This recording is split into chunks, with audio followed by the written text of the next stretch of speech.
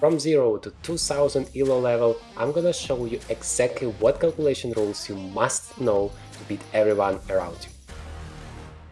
What's up, chess player, and welcome to the Journey to Grandmaster, the place where you can improve every single aspect of your chess game. So today we talk about calculation tips depending on your level. So the first level is 0 to 500. Actually, if you are currently on this level, you only need to know two things about calculation.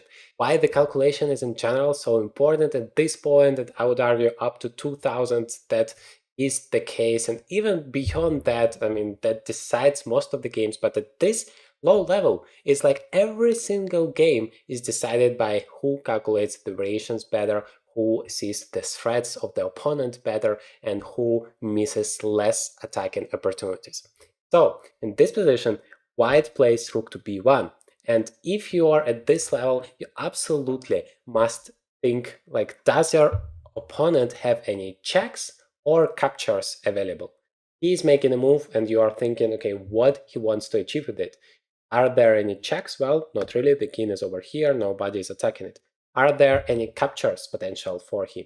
Yes, the queen is hanging, and so if you were thinking about bishop takes h3 or bishop b4, which might make some sense, well, now you have to forget about that because your opponent attacks your queen.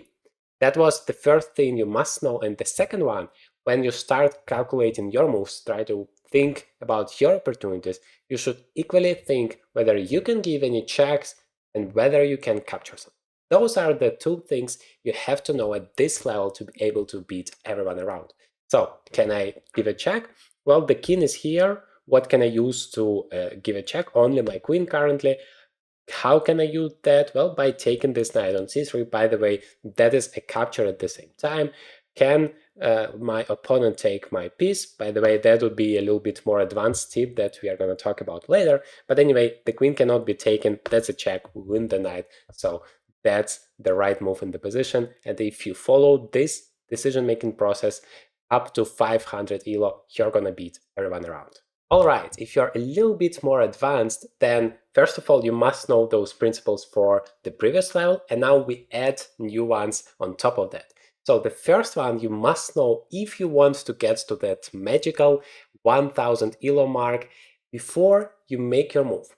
Make sure that the piece you are moving cannot be taken. In this position, you might be tempted to play queen to e8 and claim that you have checkmated your opponent.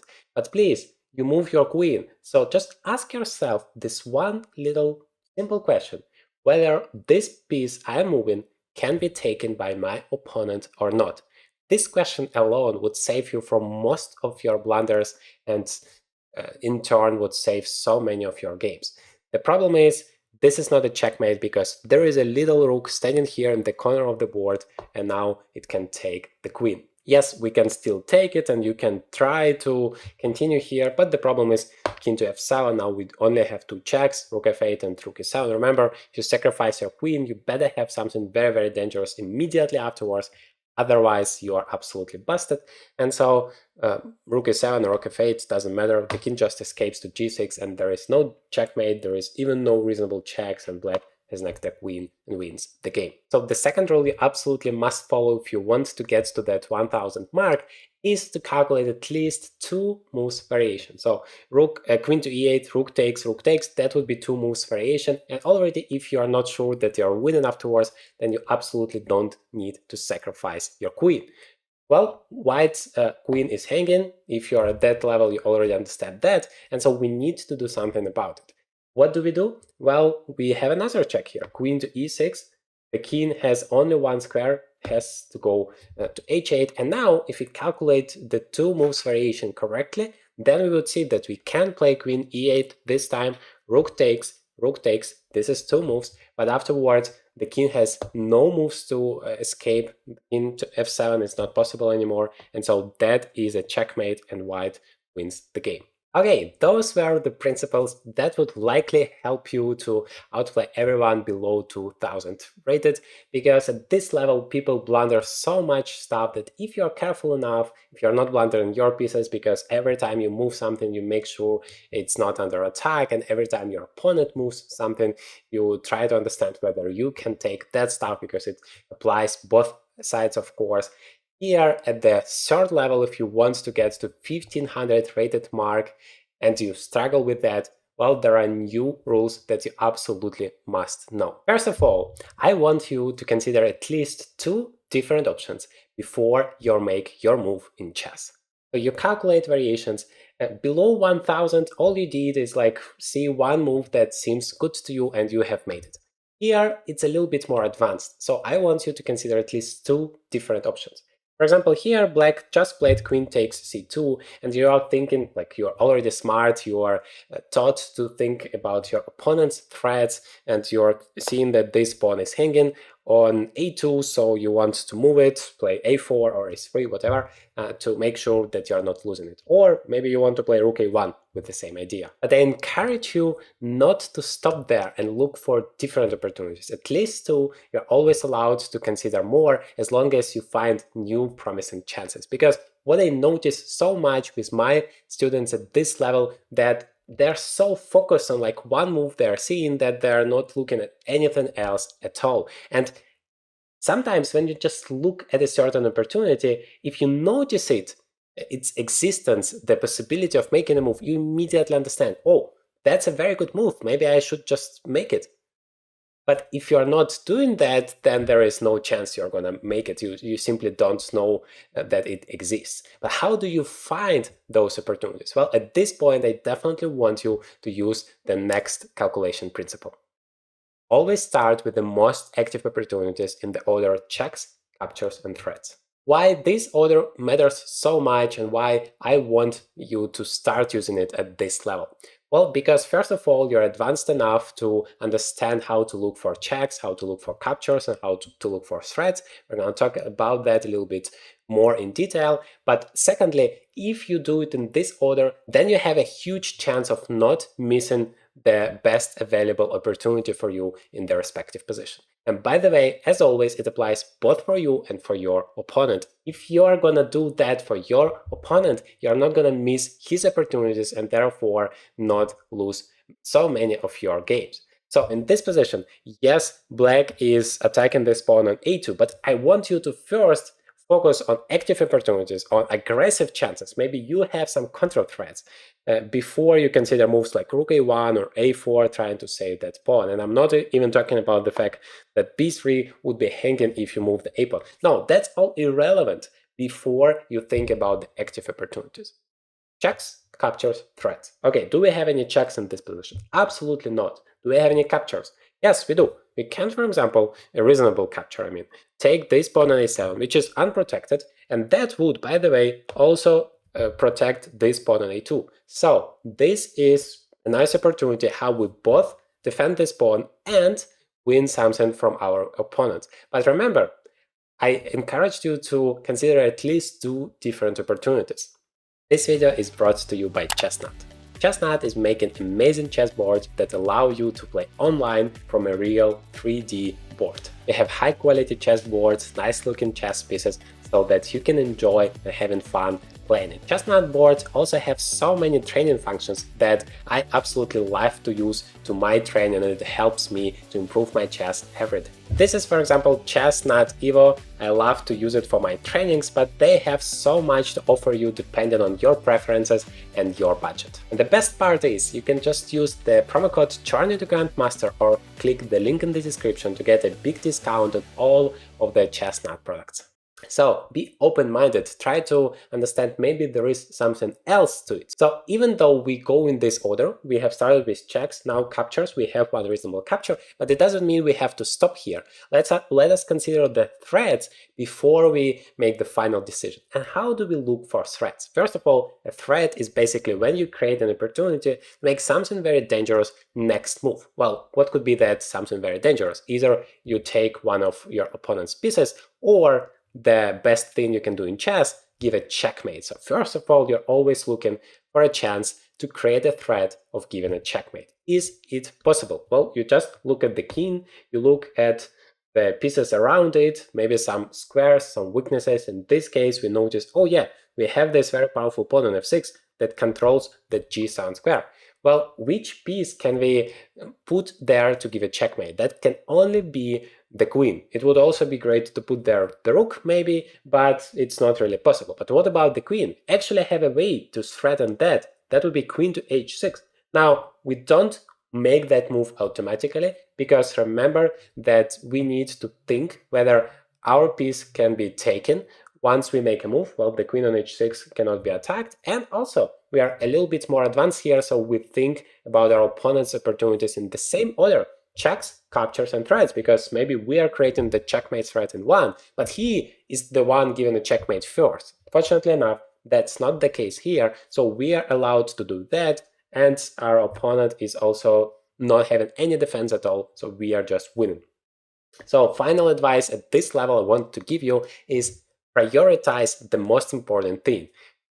The first one you could have thought about is protecting this pawn. Then the second one was to attack this guy on a7. But all of those things are not that important. The main goal in chess is to give a checkmate. So you must always prioritize on that. If that doesn't work, then you go to the second step, which is like winning the queen. That would be the second best thing you can do. And then the third one, and only in the end of the day, that would be the little pawn that you can grab, or protecting your little guy on a2. Because if you give a checkmate, nobody gives a damn about some little guys like a2 pawn. So prioritize the most important thing, and then you're gonna be good to go. Finally, let's say you want to achieve another magical mark of 2000 elo level in chess. That is what so many people are dreaming about. First of all, congratulations, because you have already done quite a lot to get here. And if you want to go further, then I have two calculation rules you must know first of all and must use in your games. First of all, you have to calculate variations at least 3 moves ahead, and if you can do more, then until none of the sides have any active opportunities.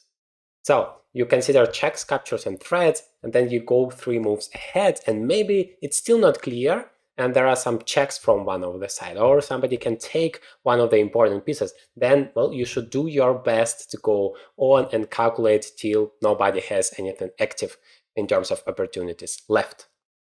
I understand this is not that simple and it's not gonna happen over a day, but this is what you should be aiming for. And of course, you remember to follow all of the advices I mentioned previously, because it definitely applies to you. Just some of those things might work automatically for you at this point, like looking at your opponent's move. But believe me, even people above 2000 blunder it from time to time, so never assume it's too simple. So here, this position is very tricky. It's black to move. Feel free to pause the video if you want to find it yourself. But the key principle to find the solution here, and that's the second advice I want to give you in terms of calculation principles to get to 2000 elo level, is slow down. So it's so important. Remember, we have to consider at least 2 moves, at least 2 different ideas before we make our final decision, to find all of promising opportunities, and then it's essential to calculate the variations and see what kind of moves your opponent has. So here, knight to d3 check seems like such a move that we absolutely want to make, because our knight is hanging. Knight to d3 is a tempting move, attacking the king. It has only one move to d1, and then we might think, okay, what we are gonna do next. But no, that's not the approach I want you to follow. Instead, I want you to think here, okay, I have this move knight to d3. That's one opportunity. Let me calculate. Do I have anything very dangerous afterwards? Well, knight d3, he goes king to d1. Do I have any checks? Well, I can go back, but that doesn't really give me anything. At least I'm not winning if I repeat the moves back and forth. I have knight x b2, but that just blunders the knight, and I don't have any good follow-up afterwards. Do I have anything else?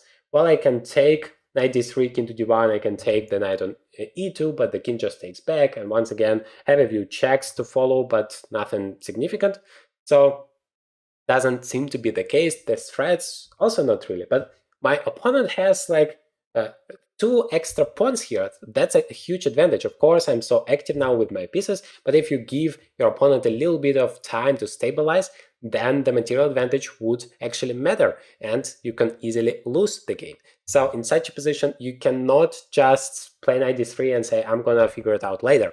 No, if you want to get to 2000 elo and above, you need to calculate the variations first. You need to consider all of your promising chances, at least two, remember, at this level, maybe even three, if there are multiple chances in the position. And then you have to calculate the variations at least 3 moves ahead, but better, until the situation is more or less clear, nobody has those active opportunities. I understand sometimes the position can be very, very tough and it's just not possible to calculate till the end. Then you should not just stay there the whole time to lose on time. No, you should do your best to calculate the lines and then choose the option that seems most promising to you. So here, if you slow down a little bit, you're going to see that knight d3 is actually not the only check in the position. And remember, you must consider all of your checks, captures, and threats to be able to find the best possible continuation. So here, there is another check, and by the way, that's the only other opportunity apart from knight to d3. That's rook takes e2. But remember, we are not making the move immediately, we are always considering what our opponent can do, and the only move for him is king takes e2, which makes it simpler for us to calculate if our opponent has less opportunities. That's, by the way, a very cool advantage of starting with checks, because it's pretty straightforward, it's faster for you to calculate the lines. After king e2, do we have any follow-up? And of course, remember, we always start with checks. So many of my students at this level, yes, they're starting with a check on move 1, but after their opponent makes a move, they're just continuing making some moves that they think matters here. But no, you should once again start from the very beginning and calculate the checks. Well, the only check available for us after rook takes e2 and king takes e2 is rook e8. Is it good for us? Well, to understand that, we need to think about our opponent's opportunities. The king goes... Ah, wait, the king has absolutely no moves to go, so that's actually a checkmate here. Rook takes, king takes, and rook to e8, because the knight is protected, the knight controls the d1 square and d3 square, and so the king cannot go there, and the e file is also under control, there are no other squares, so that is a checkmate. But you would never find it unless you would slow down a little bit, think about all of your promising opportunities here, and of course, calculate the variations at least a few moves ahead. Imagine how cool it would be to play chess without ever having opening troubles again. What if I told you I could teach you all openings you will ever need in just 10 days? You get lifetime access to more than 110 pure value video tutorials, almost 100 practical tasks to apply your knowledge immediately into practice, 30 plus bonus videos to dive 10 times deeper, as well as private community where all questions you might ever have are answered daily. Get a $200 limited time discount with the link in the description and forget about all opening pain once and for all. That was exactly what you should focus in terms of the most important skill in chess at your level. Now, if you want to see how to use all of those things in real example, how I try to solve the positions, because this is the best way to improve your chess and get better at chess, then I recommend you this video, because I go live through a tough position. I share with you my decision-making process, how to calculate the variations, how to make the right decision. You're going to benefit so much. Definitely take a look.